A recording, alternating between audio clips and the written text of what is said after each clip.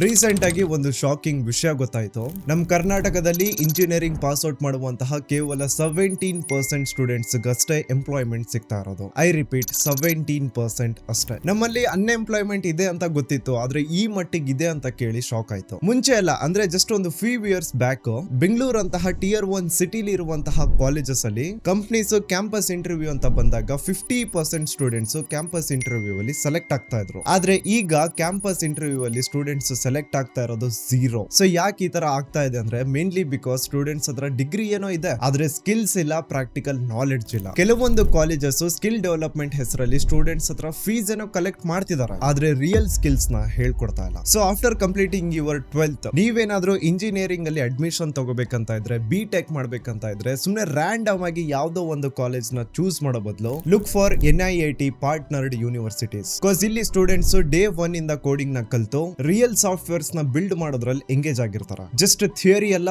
Every day practicals. NIIT collaborated universities ಅಲ್ಲಿ students old boring syllabus ನ ಬಿಟ್ಟು they stay updated with what actually trending in the industry. ಇವ್ರದ್ದು brave program ಅಂತ ಇದೆ. ಇದರಲ್ಲಿ students ಹೊರಗಡೆ ಹೋಗಿ ರಿಯಲ್ ಬಿಸ್ನೆಸ್ ಓನರ್ಸ್ ನ ಮೀಟ್ ಮಾಡಿ ಅವ್ರ ಪ್ರಾಬ್ಲಮ್ಸ್ ನ ಅರ್ಥ ಮಾಡ್ಕೊಂಡು ತಮ್ಮ ಕ್ರಿಯೇಟಿವ್ ಐಡಿಯಾಸ್ ಇಂದ ಆ ಪ್ರಾಬ್ಲಮ್ಸ್ ನ ಸಾಲ್ವ್ ಮಾಡ್ತಾರೆ. ಕೆಲವೊಂದು ಸ್ಟೂಡೆಂಟ್ಸ್ ಕಾಲೇಜ್ ಅಲ್ಲಿ ಇತ್ಕೊಂಡೆ ಸ್ಟಾರ್ಟ್ ಅಪ್ಸ್ ನ ಬಿಲ್ಡ್ ಮಾಡಿ first and second year students already start ups ಇಂದಾನೆ 2 crore ಪ್ಲಸ್ ವರ್ಗೂ ಅರ್ನ್ ಮಾಡಿದ್ದಾರೆ. ಸೊ ಈ ತರ ಒಂದು ಚೇಂಜ್ ನಮ್ಮ ಎಜುಕೇಶನ್ ಸಿಸ್ಟಮ್ ಅಲ್ಲಿ ಬೇಕಾಗಿರೋದು. ಸ್ಕಿಲ್ಸ್ ಗೆ ಮೇನ್ ಇಂಪಾರ್ಟೆನ್ಸ್ ಕೊಡಬೇಕು. ಸ್ಕಿಲ್ಸ್ ಇಲ್ಲ ಅಂದ್ರೆ ನೀವು ಎಷ್ಟೇ ಬುಕ್ಸ್ ಓದಿದ್ರು ಅದು ಕಡಿಮೆನೆ. So for the more information about NIIT link ನನ್ನ ಬಯೋದಲ್ಲಿ ಕೊಟ್ಟಿರ್ತೀನಿ, ಡೂ ಚೆಕ್ ಔಟ್.